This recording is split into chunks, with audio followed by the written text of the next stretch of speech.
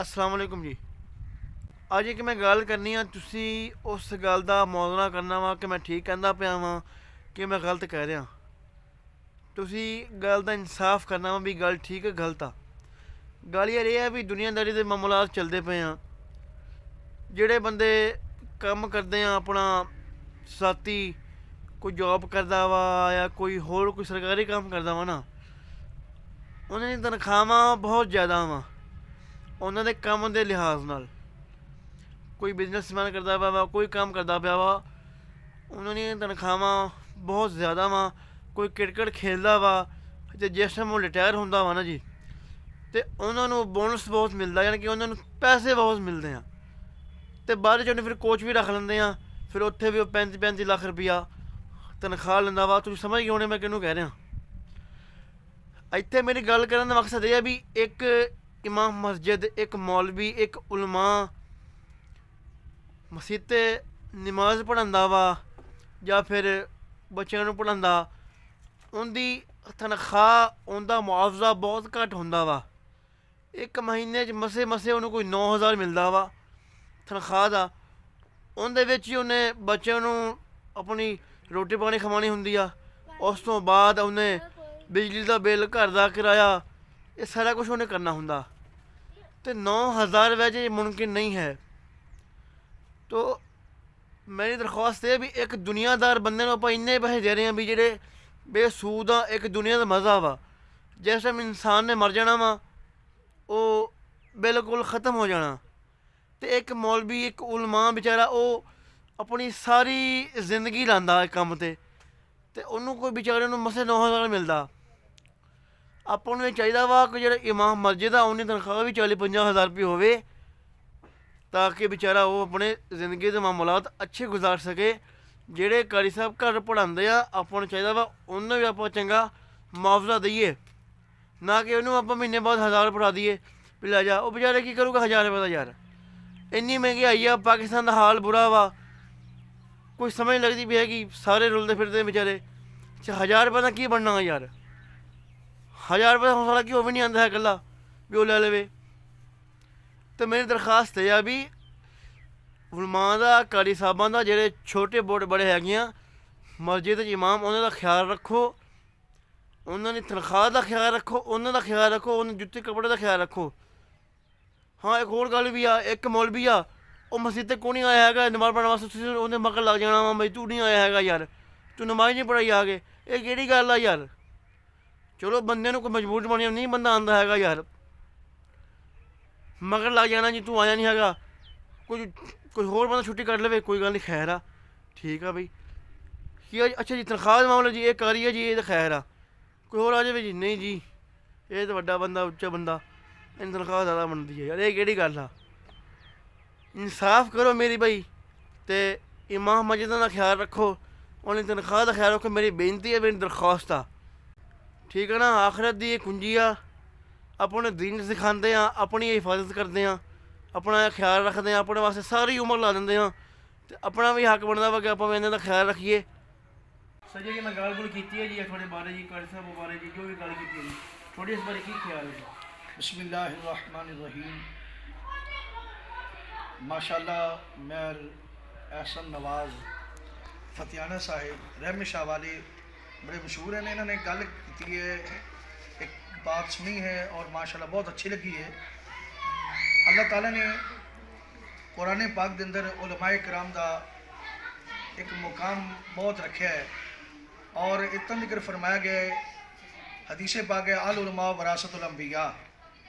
उलमाए कराम जिहड़े ने नबियां दे इलम दे वारिस ने और अच्छी बात कर रहे हैं। जिस तरह दुनियादारां दे हिसाब दे नाल, चाहे गौरमेंट कोई नौकरी कर रहा है, कोई स्कूल टीचर है या पंजाब पुलिस के अंदर है या फौज के अंदर है, दीगरे अपना अफसरान वगैरह ने, उन्होंने बारे में गुफ्तगू कर रहे हैं कि उन्होंने तनख्वाहां बड़ियां ने। इमाम मस्जिद नूं अमूमन 10,000 रुपया, 12,000 रुपया, 15,000, एंड 20,000 रुपया हो सकता है। हालांकि जिमें साढ़े अखराजात ने दुनियादारों के, उस तरह इमाम मसाजिद के, आइमा मसाजिद जोड़े ने, उन्होंने भी अखराजात ने। मार साहब की गल तो मैनू बड़ा अच्छी ਗੱਲਾਂ ਮਹਿਸੂਸ ਹੋਈਆਂ ਨੇ ਔਰ ਬਹੁਤ ਪਿਆਰੀ ਗੱਲਾਂ ਕਰ ਰਹੇ ਹਨ ਔਰ ਇਹ ਗੱਲਾਂ ਤੇ ਅਮਲ ਵੀ ਹੋਣਾ ਚਾਹੀਦਾ ਹੈ। ਮੈਂ ਗੁਜ਼ਾਰਿਸ਼ ਕਰਨਾ ਸਾਡੇ ਆਵਾਮ ਉਲਮਾਏ ਇਕਰਾਮ ਨਾਲ ਮੁਹੱਬਤ ਕਰਨ और जितना भी हो सके उलमा इकराम की तनख्वाह वजीफे वगैरह जितना भी हो सके ज़्यादा से ज़्यादा उलमा की खिदमत की करन और उलमा इकराम नाल मुहब्बत करन ताकि ऐसी खिदमत इतनी होनी चाहिए कि इमाम साहब अपना निज़ाम बिजली का बिल वगैरह मकान का किराया बच्चे स्कूल पढ़ते हैं ट्यूशन पढ़ते जिसने मार साहब गल्लां कर रहे हैं इस तरह गौर हर बंदे होना चाहिए जिमें आम बंदे के अखराजात ने इसी तरह इमाम मस्जिद भी अखराजात ने और अलहमदुलिल्लाह असी दीन की खिदमत कर रहे हैं। अल्लाह रसूल दे करम है लोग अपने में एहतजाज करते हैं एहतजाज करते हैं जी तनख्वाह बताने वास्ते स्कूल टीचर हैं अगे पिछे एहतजाज करते हैं लेकिन अल्हम्दुलिल्लाह एमा मसाजिद अज तक एहतजाज नहीं किया वो अल्हम्दुलिल्लाह का शुक्र अदा करते हैं। अल्लाह करीम तेरा लख लख शुक्र है जिस हाले थोड़ी तनख्वाह हो ज़्यादा हो एमा मसाजिद अल्हम्दुलिल्लाह उन्होंने पैसे की बरकत होती है वो अपना गुजारा करते हैं। मैं दुआ गो हाँ जनाब मोहतरम मार हसन नवाज फतियाना रहम शाह वाले ये बड़ी मुहब्बत करते हैं। बिस्मिल्लाहिर्रहमानिर्रहीम। दोस्तों भाइयों ਜਿਹੜਾ ਇਸ ਦੋਸਤ ਭਰਾ ਨੇ ਅੱਲਾ ਦੇ ਨੇਕ ਬੰਦੇ ਨੇ ਇਸ ਤਰਫ ਤਵੱਜੋ ਦਵਾਈ ਹੈ ਨਾ ਤੁਸੀਂ ਮਿਹਰਬਾਨੀ ਫਰਮਾ ਕੇ ਤੁਸੀਂ ਵੀ ਤਵੱਜੋ ਕਰੋ। ਵਾਕਿਆ ਹੀ ਇਹ ਐਵੇਂ ਹੀ ਗੱਲ ਆ ਤੇ ਮੌਲਵੀ ਵਿਚਾਰੇ ਤਾਂ ਬੋਲਦੇ ਹੀ ਨਹੀਂ ਤੇ ਤੁਸੀਂ ਮਿਹਰਬਾਨੀ ਫਰਮਾ ਕੇ ਇਹ ਜ਼ਰੂਰ ਤਵੱਜੋ ਕਰੋ ਬਈ ਲੋਕੀ ਕਿਤਨਾ ਖਰਚ ਕਰਦੇ ਰਹਿੰਦੇ ਨੇ ਤੇ ਇਸ ਪਾਸੇ ਕਿਸੇ ਅੱਲਾ ਵਾਲੇ ਪਾਸੇ ਤਵੱਜੋ ਕੋਈ ਨਹੀਂ ਦਿੱਤੀ।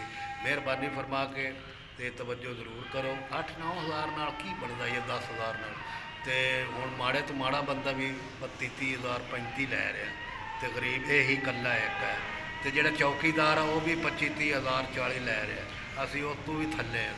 ਮਿਹਰਬਾਨੀ ਫਰਮਾ ਕੁਝ ਅਸੀਂ ਵੀ ਬੜੇ ਆਖਦੇ ਆ ਇਮਾਮ ਮਸਜਿਦ ਸਾਡਾ ਸਰਦਾਰ ਆ ਜੀ ਅਸੀਂ ਉਹਦੇ ਨੌਕਰ ਆ ਜੀ ਤੇ ਸਰਦਾਰ ਦੀ ਕੋਈ ਕਦਰ ਹੀ ਕੋਈ ਨਹੀਂ ਕਰਦਾ ਉਹਨੂੰ ਪੁੱਛਦਾ ਹੀ ਕੋਈ ਨਹੀਂ। ਜਦੋਂ ਕੋਈ ਗੱਲ ਆ ਜਾਵੇ ਤੇ ਰੌਲਾ ਪਾ ਲੈਂਦੇ ਆ ਇੱਦਾਂ ਹੋ ਗਿਆ ਜੀ ਆ ਇੱਦਾਂ ਹੋ ਗਿਆ।